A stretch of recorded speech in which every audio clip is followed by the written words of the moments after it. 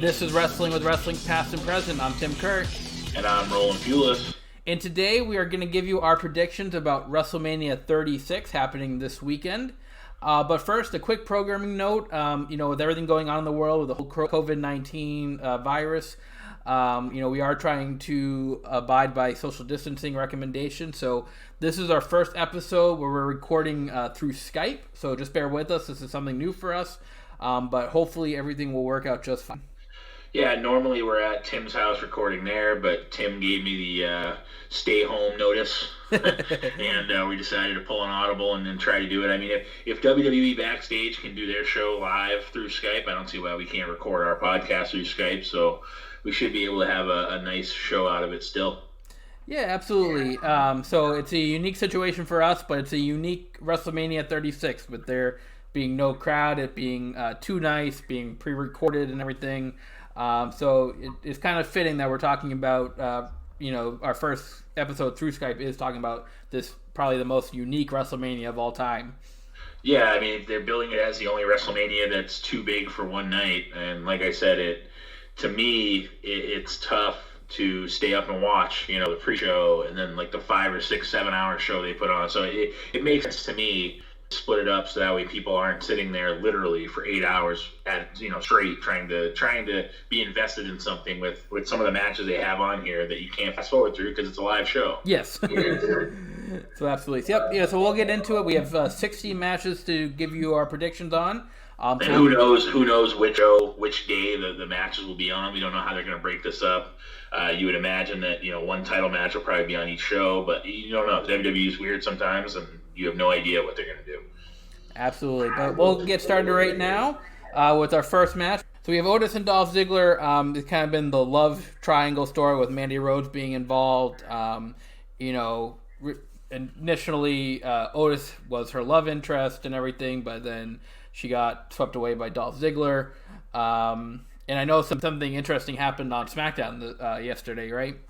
Yeah, it was kind of revealed that there was somebody behind the scenes kind of watching this whole thing unfold, and they had video evidence of what was going on, and they cut to a video of Sonya Deville using Mandy Rose's phone, and this was on Valentine's Day when they were supposed to have their first date, Otis and Mandy Rose, and she was the one that texted Otis what time to be there. So then Otis then responded saying okay, and she deleted both those messages, and Mandy Rose came back on her phone, and the rest is history. They also cut to a scene where Mandy was already getting ready to go for her date, but Sonya Deville had pulled Dolph Ziggler into like this alleyway type corridor in the arena out back somewhere, and she says, I'll get what I want, you get what you want through this, and she more or less says, go get ready for your date. So it kind of opened the door for Dolph Ziggler. So ahead of time, Mandy still thought that they were getting there at the first time. And so it seems to be an inside job. I don't know what the storyline is going to be with the person that was recording it. I don't know if it's going to be ever revealed, it was a person or what. But it was interesting to see that tied together that way, because now you have Sonya Deville, who was pleading with Mandy, like, I would never do anything to hurt you, and I'm sorry, and all this stuff. And, Mandy Rose walked off. And so it'd be interesting to see what happens at WrestleMania between the three of them, including Sonya Deville. So that's 4 of them. So I don't know which way they're going to go with this. Yeah, I'm going to go, just for a prediction, I'm going to go with Dolph Ziggler here. I don't really see them giving Otis a win at WrestleMania quite yet. And Dolph's kind of been the established star for a while, so I can see Dolph Ziggler getting the win here. Yeah, I mean, I'm going to pick Otis just because my inner and outer fat kid are pulling for Otis to finally get his victory. And I mean, Ziggler's been, he's made a career out of losing, unfortunately. They've handled his whole career wrong from the get-go, in my opinion. Mm-hmm. He's definitely one of the more underrated stars that has never really had a sustained push for any length of time. So it wouldn't surprise me to see Otis go over. I mean, it still wouldn't surprise me to see Ziggler win too, but it's going to be an interesting dynamic with Mandy Rose, Sonya Deville, plus the camera footage they had. I don't know which way they're going to go with it, but I'm pulling for Otis to finally get his revenge for Dolph Ziggler, because Dolph Ziggler's had the upper hand pretty much the whole time. Mm-hmm. So I'm hoping that Otis gets his here. Next up, we have a tag team match for the Women's Tag Team Championship. You have the Kabuki Warriors, Asuka. Easy for you to say. I know, right? Asuka and Kari Zane against Alexa Bliss and Nikki Cross. I keep saying on this show, I keep forgetting about the women's tag team title. It's a belt that they don't really promote heavily in WWE, so I kind of forget that it even exists here. But I think it is time for a title switch here. I think the Kabuki Warriors have had it for just about as long as they need to have it for, if not too long. So I'm going to go with the Bliss and Nikki Cross here to win the belts. Yeah, same here. The Kabuki Warriors, any momentum they might have had, which I don't think was a lot anyways, has gone. Asuka was hurt for a little while. Kari Sane's been hurt for a little while. And they never seem to defend their titles. Like you said, it's very forgettable right now, which is unfortunate because they built this thing up. When Sasha and Bayley first won the titles, they built this up as this big thing, and now they're kind of, you fast forward a year later, and it's kind of like, it's there. So I feel like Alexa Bliss could use a little bit of a push to get back to the main event scene. So and it makes sense, and I think that it's hard when you have Asuka and Kari Sane who don't speak English very well. So it's hard to have any promos. It's hard to have any storyline. Anytime Asuka talks, I just babble over what she says too, because I don't know what she's saying. I don't know about you, but it's not very emotionally investing for me because I don't understand what she's saying. But I see Alexa Bliss and Nikki Cross winning this match too.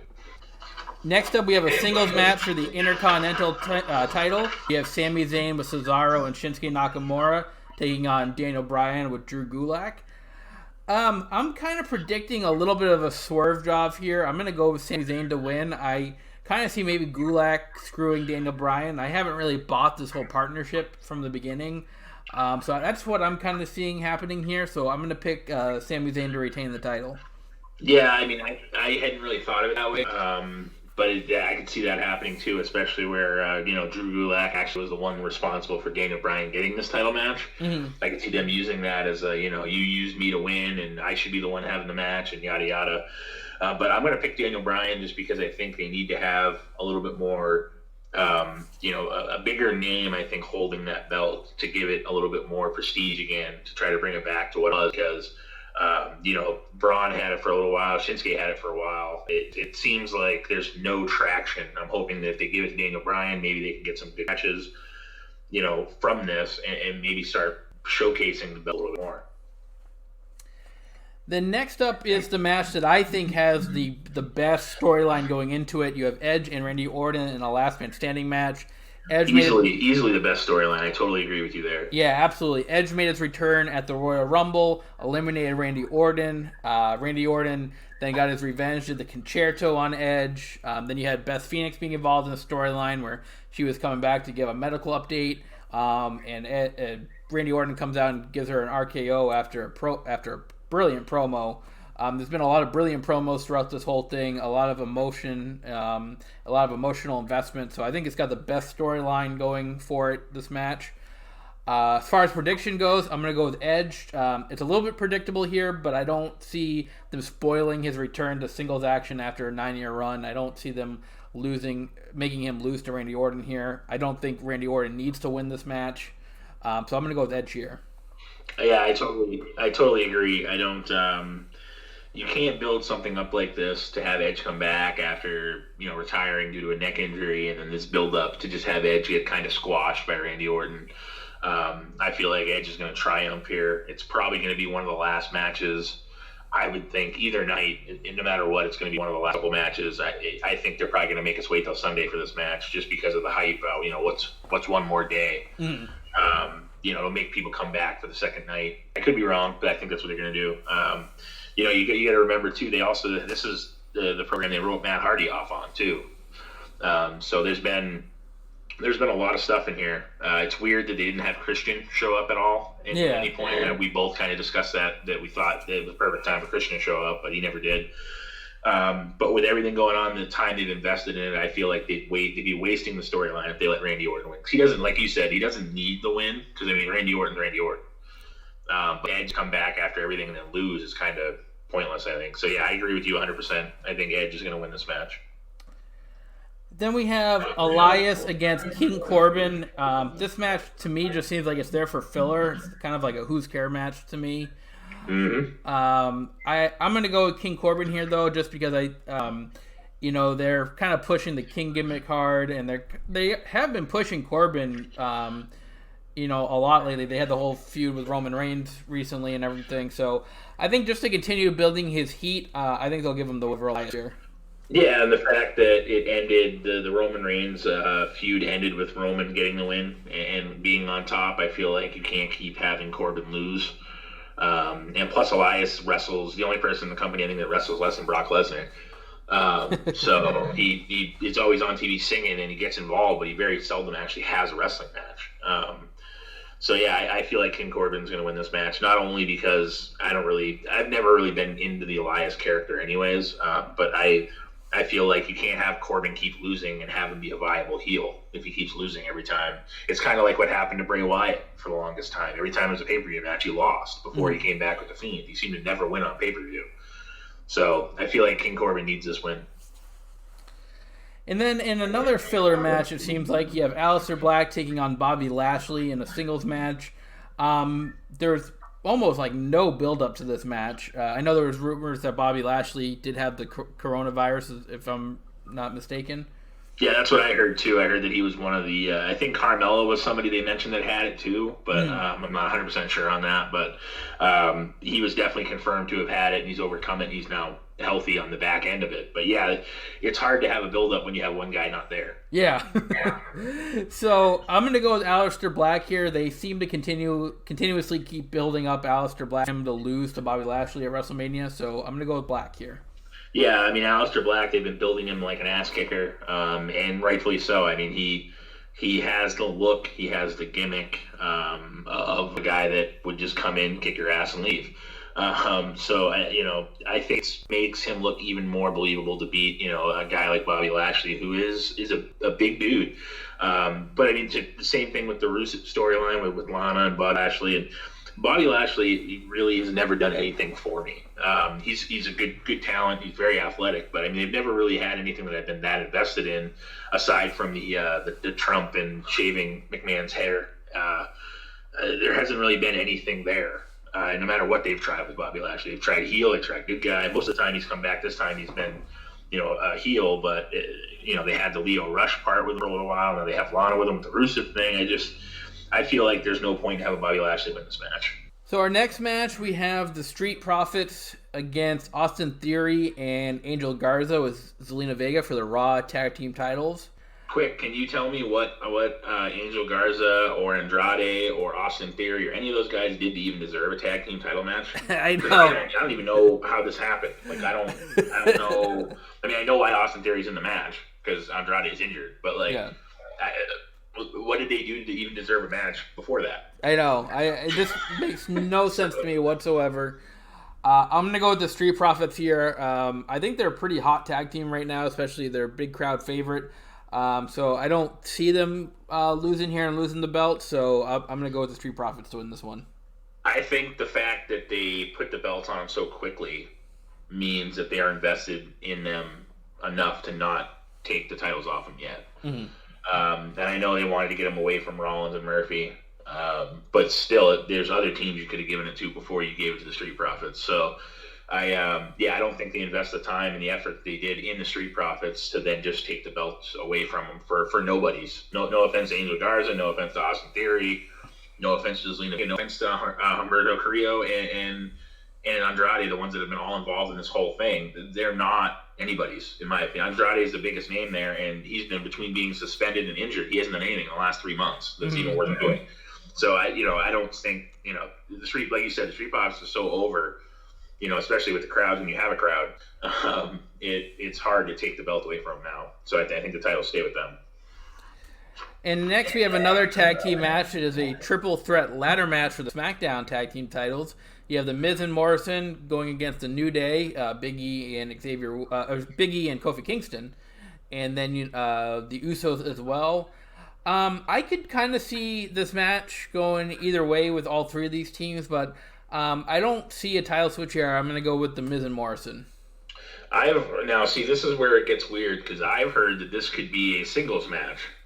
At one point, I heard that this could be the Miz against one of the Usos. The Morrison against one of the Usos. Now, I don't know why that would be, but rumor has it that the last set of tapings for SmackDown, Miz showed up sick. I did hear something about that. Yeah, so I heard that it could be just one of the Usos against the John Morrison for the titles. Now, I don't get how they're going to do that. Yeah. But I mean, yeah, if all 6 competitors are involved and it's a match, it's a ladder match, I think the team that needs the push, needs the titles to stay relevant the most are the Usos. They haven't done anything recently. Mm-hmm. I think that if it's a true 6-man, 3-team ladder match, I feel like the Usos have to win the titles here, and then they can keep the feud going with Miz and Morrison after all this happens. That's my thought. I don't know if that's going to happen, but the New Day New Day doesn't need the belts. They don't need the belts. They're big enough. But the Usos have kind of fallen, off a little bit lately. So I feel like to keep them relevant, and they're going to have, I would imagine they're going to do some switching up of brands after WrestleMania, and I could see, the New Day coming to Raw and somebody going, to freshen things up. So I feel like if it's a full tag team match, the Usos are going to win the belts. That's my prediction. I think they need it the most here. No, I agree. Definitely, they definitely have the least momentum going of the 3 teams. Yeah. So our next match, we have Kevin Owens versus Seth Rollins. They've been kind of building this up for a long time. You have the whole Monday Night Messiah gimmick, and kind of with the AOP and Murphy, they've been kind of targeting, Kevin Owens and Samoa Joe and the Viking Raiders. This one was hard for me to predict. I could another one I could see going either way here, but I think I'm going to give the nod to Rollins here. Yeah, this is the only match I didn't circle, just because I wasn't real sure either which way to go. Yeah. It's tough because they're building Seth Rollins, but I feel like if you don't let Owens get a win here at some point, Owens has been losing everything. Yeah.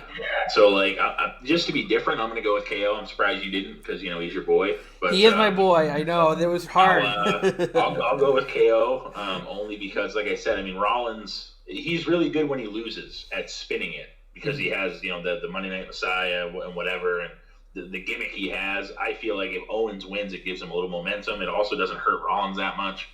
But I feel like if Owens doesn't win something soon, then what's the point? Yeah.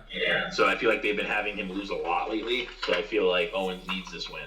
Now, whether or not, Vince has the fortitude to let Kevin Owens win something, that's to be seen too. But we already know he likes Seth Rollins, and I could see it going either way. Like I said, that's the only match on my whole thing I didn't circle because I had no idea which way to go with it. But I feel like if the fan in me and seeing what's been going on, I feel like it has to be KO just to keep him relevant. Because if he keeps losing, then no one's going to care.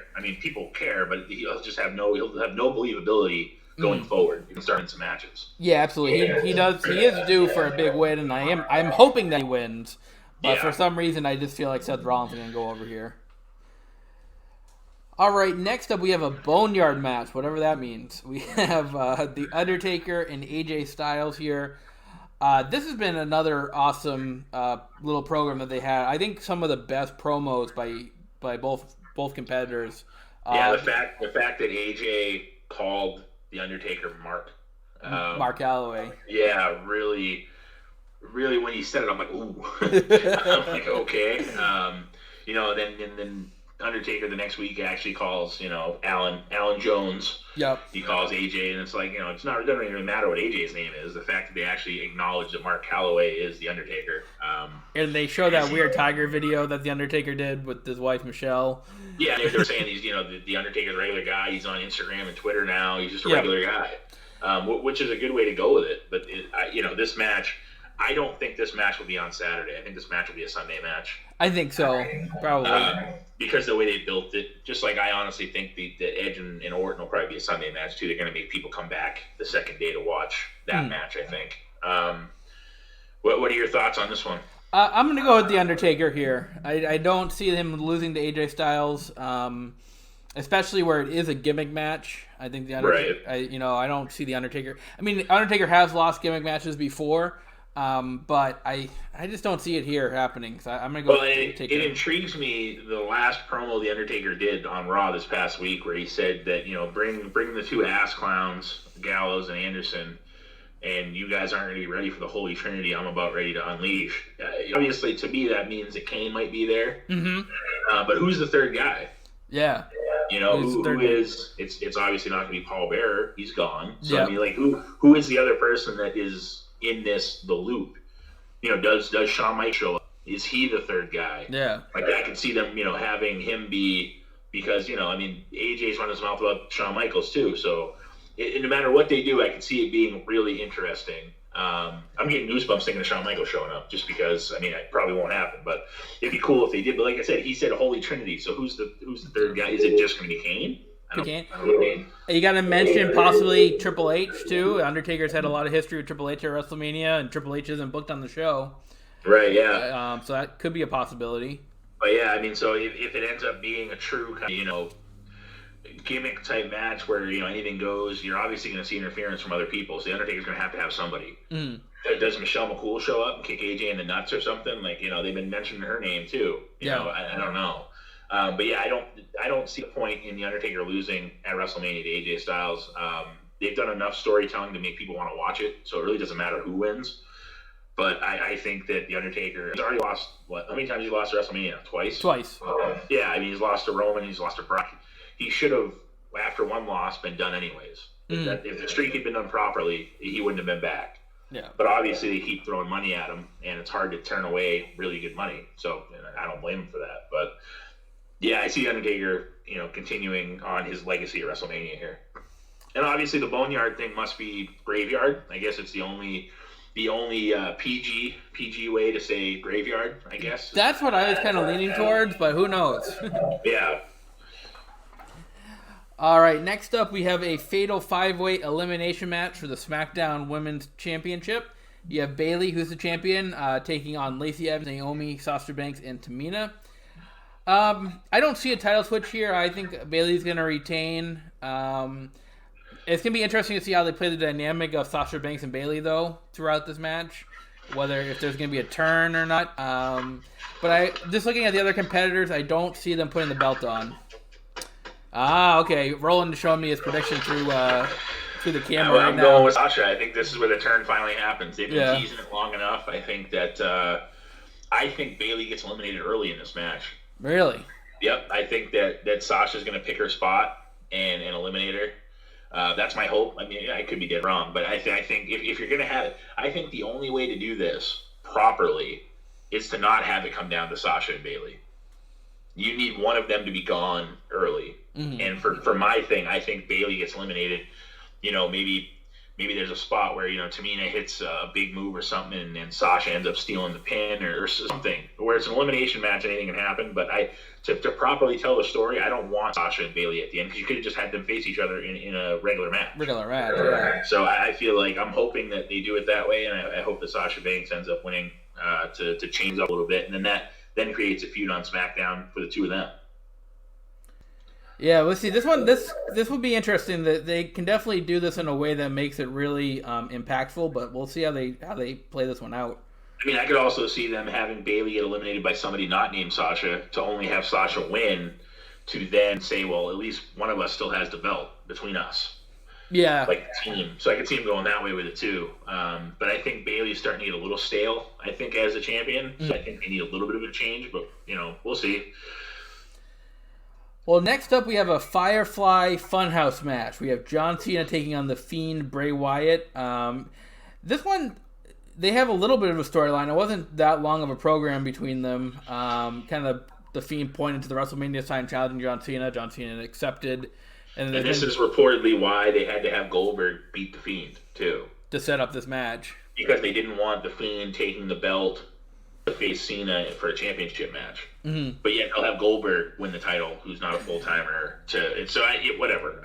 This still irks the heck out of me, so it's whatever. They crushed any momentum they've been building up for months with the Fiend to have Goldberg come in and beat him.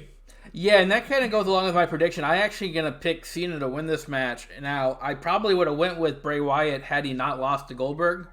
I mean, if he beat Goldberg and they played it out where he was still facing Cena, I probably would have picked the Fiend just because of the momentum and the time they invested in that character. But to me, they kind of killed all that away when they lost to Goldberg. So I think the Fiend is beatable. We've seen that. And so I think, John Cena is obviously one of Vince's boys, as far as I know. So I'm going to go with Cena here to win the match. I'm going to go with the Fiend. I think you can't have him lose back-to-back matches. Yeah. I think if you do that, you literally kill the character. You may as well just write him off TV. I feel like they've been building this up as him trying to get his redemption from 6 years ago, from Cena beating Bray Wyatt before he was the Fiend. And I think that to me, it makes no point to beat the Fiend on back-to-back. It made no point to beat him with Goldberg to begin with. I mean, having Goldberg beat him was stupid too. So, and then the best part about that too is they wanted Goldberg with Roman Reigns, and that backfired too. So I think that's hilarious. But I'm going with the Fiend. All right. Next up, we have the singles match for the Raw Women's Championship. You have Becky Lynch as the champion taking on Shayna Baszler. They've been kind of promoting this match or setting this match up for a while now. I think they're really invested in Shayna Baszler here. And Becky Lynch has had the title for about a year now. He won it last year at WrestleMania. So I think they're going to be a title switch here. I'm going to go Shayna Baszler to win the title. I'm with you on that. I think that Becky needs to chase the title a little bit to get some more steam back. I think she's had this, her steam's kind of plateaued to the point where like people still like her, but she's had the title for so long that it's kind of like Bayley, where they just gotten used to the person having the title. Yeah. And the way they built up Baszler. Now here's my thing. I'm gonna skip around here a little bit. I think if you remember correctly, now this is where it hinges for me. Triple H made a comment about trading somebody for somebody to give Shayna Baszler to Raw. He wanted somebody back on NXT. Now, I think Charlotte Flair beats Rhea Ripley in that match. Like I said, I'm skipping around a little bit. I see Charlotte Flair winning that match to essentially be the trade of Charlotte Flair for Shayna Baszler. Yeah, I agree with you there. I had Flair going over Ripley as well. Right. That's for the NXT. I think that's how they tie it all together, because Triple H said, he's like, I don't mind Shayna going to Raw, but we need something in return. Yep. And I feel like Charlotte Flair is going to be that something. And that would be big because NXT is continuously losing in the ratings war to AEW.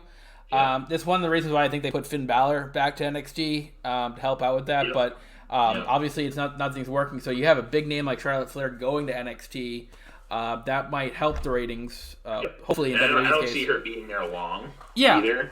But I think that's how they kind of, because I remember Triple H came right out and said in an interview that he doesn't mind, grooming talent, but we also need talent back. Now that we're a brand, we can't just keep giving and giving and giving. Mm-hmm. So I know that was the number one match on our paper. So I figured we'd skip around. But I feel like those two are directly related. So I feel like if Baszler wins, Charlotte has to win. Mm-hmm. In my opinion, because you can't have, now you have Shayna gone, and then you still don't have anybody for Rhea Ripley to face if Charlotte ends up losing. So I feel like that keeps the Rhea Ripley Charlotte Flair feud going a little bit longer, but it'll keep it going on NXT. So yeah, I completely agree with you there. So we have two more matches to go, and there are world title matches. We'll first talk about Goldberg and Braun Strowman for the Universal title. We all know that this was supposed to be Goldberg and Roman Reigns, but due to Roman Reigns' leukemia history, he was worried about the coronavirus, and he's more immune to getting it, so he didn't feel comfortable competing, so he asked to back out of WrestleMania. And his immune system being compromised due to the treatment he had for leukemia and stuff. It makes sense. I mean, with everything going, we've heard more and more as we get closer to WrestleMania about how bad this virus is. So for anybody, if there's anybody there to miss it, it's him. Oh, absolutely. Yeah, I totally agree. And luckily, WWE was willing to grant him that, request. So they replaced him with Braun Strowman here to take on Goldberg. I don't know what they're going to do with this. If it was Roman Reigns, I was going to pick Roman Reigns to win the belt because I kind of saw Goldberg as kind of a traditional champion here, not lasting too long. Yeah. But I could see them maybe for shock value giving the belt to Strowman here because I don't think it's something that people would automatically think that they're going to give the belt to Strowman. So I'm going to pick Braun Strowman here just for, I think there's a little bit of shock value involved with that decision. And Goldberg's not a full-timer, and we don't really know the status of how long he wants to compete for. I feel like Braun Strowman has to win this match, and if he doesn't, I'm probably not going to watch WWE anymore. Yeah. I sent you a text actually that said that. I'm like, I will legit stop watching. Actually, no, I was talking to Josh about that. I sent him a message. I was like, if that happens, I will legit stop watching. If Goldberg beats Braun Strowman, I'm done. Yeah. There's no point. But I also could see Strowman winning this match to have Roman come back, beat Strowman, and then maybe have the Goldberg match at SummerSlam. Mm-hmm. Maybe if they still want the Goldberg match, if that's what they were building towards, maybe Goldberg shows up at SummerSlam, Roman ends up beating Braun Strowman to get the title. So maybe he ends up being somewhat of a transitional champion as well. But I like you said, Goldberg's part-time. There's no point in him winning this match. No matter who he faced. He could have faced Drake Maverick, and in my opinion, Drake Maverick should have won the match because he's there every day. Yeah. It's the same reason with the Brock Lesnar thing. It irks me when your champions are never there. No, I agree. And speaking of Brock Lesnar, that's the last match we have to go talk about. It's Brock Lesnar and Drew McIntyre for the WWE Championship. I think this can be a good match, although I'm a big Drew McIntyre fan. I think he's going to be champion someday. They've before where you've expected Brock to lose the title, and he didn't. He ends up winning the match. And even with the Undertaker match, you didn't expect Brock to win that match. No. And they built him up, and they still did. They still did.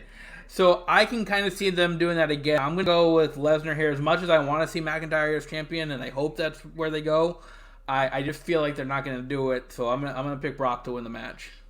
Yeah, I mean, I have McIntyre circled only because, again, the same reason I said that I want Strowman to beat Bill Goldberg. I hate when you have champions that are never there. Mm-hmm. The belt means nothing when the champion is there one night every 2 months. Yeah. It means nothing. So I think that now's the time to capitalize on McIntyre's, he's got a ton of momentum right now. I don't think he'll ever have the momentum he has now that, down the road. I think this is the time. I feel like they'd be missing an opportunity because they built him up. And I feel like you need McIntyre to win. Plus, it brings your belt back to the show. The next night, you have McIntyre on the show as a champion saying that, I beat Brock. It's a new guard. That's kind of what they did when Roman won, to only have to give it away, when he had leukemia and stuff. He said, I'm going to defend this title all the time. And, they need the titles on the show. Yeah. Especially if the United States Championship and the Intercontinental Championship mean nothing. I mean, right now there's no program for any of them. So no. I feel like you need to have the titles on the show. No, I totally agree. So let's see. I mean, like I said, I hope they go with McIntyre here, but I just, for whatever reason, I think Brock will win. Right. So let's quickly run down one more time down through the list, just giving our winners. Sure. That way we have like a quick clip so we can see who is, because there's a lot of matches here. There is quite a bit of matches here. We'll start at the top. So we both picked Charlotte. We both picked Charlotte. Then I got Brock Lesnar winning. I had Drew. We both have Braun Strowman winning against Goldberg. Yes. I think we both have Shayna Baszler against Becky Lynch. Yes, sir. I have John Cena getting a win over The Fiend. I have The Fiend over John Cena. I got Bayley winning the Smackdown title match. I have Sasha Banks winning that match. I believe we both have The Undertaker against AJ Styles. Yes. We're split on the next one. I have Seth Rollins getting a win over Kevin Owens. Yeah, I mean, Kevin Owens should be disappointed in you. I have Kevin Owens on that one. For the tag team match, this one was kind of the one that we're not exactly sure what they're going to do, but if it's a traditional triple threat ladder match, I got The Miz and Morrison. And I have the Usos. They need it bad. We both have the Street Profits over Austin Theory and Angel Garza. Yep. We both have Aleister Black over Bobby Lashley. Yep. We both have King Corbin over Elias. Yep. Both have Edge over Randy Orton. Yes, sir. I believe we both have Sami Zayn over Daniel. No, we don't. I have Sami Zayn. You have Daniel Bryan, correct? Yes, I do. Yeah, I have Daniel Bryan in that match. Okay. And we both have Alexa Bliss and Nikki Cross against the Kabuki Warriors. Yep. I have Dolph Ziggler getting a win over Otis. You have Otis. And I have Otis. Like I said, the inner fat kid in me. I want to see him finally get his here. So yes. So our predictions for WrestleMania 36. We'll see how we do. It's gonna be a long WrestleMania, a 2-night WrestleMania, but hopefully one of us or both of us do pretty well in these predictions. Yeah, I think that with it being multiple, the rumor that there's multiple finishes too for matches makes it even harder. Yeah. So, but yeah, we should see it, especially where it was already filmed. We don't really know which way. Vince McMahon could wake up this morning and go, you know what, this match is getting changed for no reason. Yeah. And they already have the other way to go with it. So we'll see what happens. We hope that you guys watch WrestleMania 36 and enjoy it. And we hope you tune in to our show next week. We're going to discuss the career of Randy Orton. Yeah, that episode kind of got pushed back a little bit. Yep.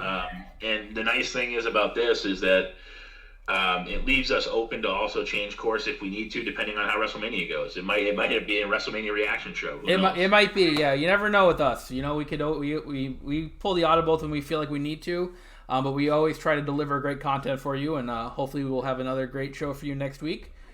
Until then, though, thanks for listening. I'm Tim Kurt. And I'm Roland Pulis. And this is Wrestling with Wrestling's Past and Present.